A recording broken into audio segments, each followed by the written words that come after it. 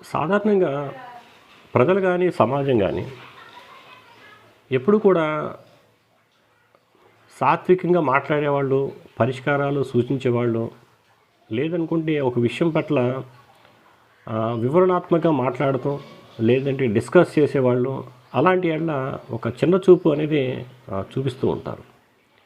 ఎవరైతే అరుస్తూ ఉంటారో, లేదంటే ఎవరైతే చట్టానికి, ధర్మాలకి వాటికి వ్యతిరేకంగా అంటే పెద్ద పెద్ద ధర్నాలు చేయటం, లేదనుకుంటే పెద్ద పెద్ద స్టేట్మెంట్లు ఇవ్వటం, బూతులు మాట్లాడటం, ఆర్గ్యుమెంట్స్ చేయటం, ఇలాంటి వాళ్ళ యెడల ఎక్కువ ఆసక్తి అనేది చూపిస్తూ ఉంటారు.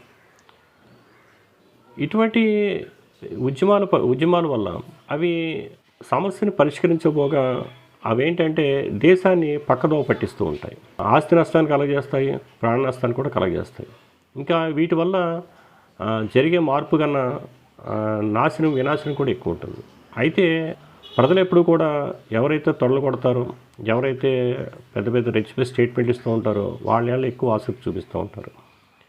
మనం ఇప్పుడు చూసుకున్నట్టయితే ఒక సినిమా రంగం తీసుకున్నట్టయితే సినిమాల్లో ఒక హీరో ఉంటే వాడు 100 మందిని చంపుతూ ఉంటాడు, 1000 మంది చంపుతూ ఉంటాడు. అలాంటి సినిమాలకి ప్రజలు ఎక్కువ ఆదరణ ఉంటుంది.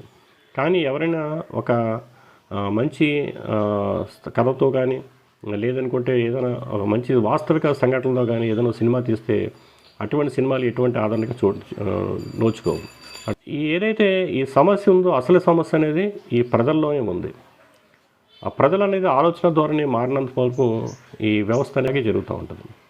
అందువల్ల ప్రజలు ఎవరైతే ఈ అరుచుకుంటున్నారో, ఖర్చుకుంటున్నారో, లేదనుకుంటే ఈ రోడ్ల మీదకి వచ్చి ఈ కేకలు పెడుతూ ఉంటారు.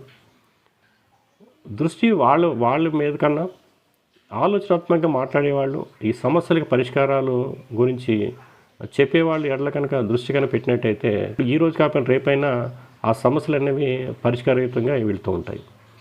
ఇంక ఈ ఉద్యమాల వల్ల ఎవరు బెనిఫిట్ పొందుతారంటే అవేంటంటే ఒక చోట మొదలైన ఎవరో బలి అవుతారు, తర్వాత అవి ఎవరి చేతిలోకి వెళ్ళిపోతాయి.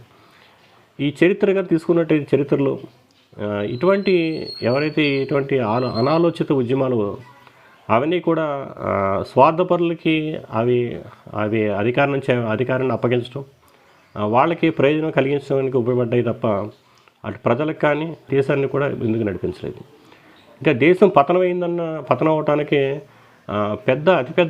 అతిపెద్ద కారణాల్లో ఇటువంటి అనాలోచిత ఉద్యమాలు, అంటే ఈ తొడలు కొట్టే ఉద్యమాలు, తర్వాత అరుపులు కేకలతో జరిగిన ఉద్యమాలే ఇవి కీలక పాత్ర వహించాయి. ఈ విషయంలో ప్రజలే నిందితులు.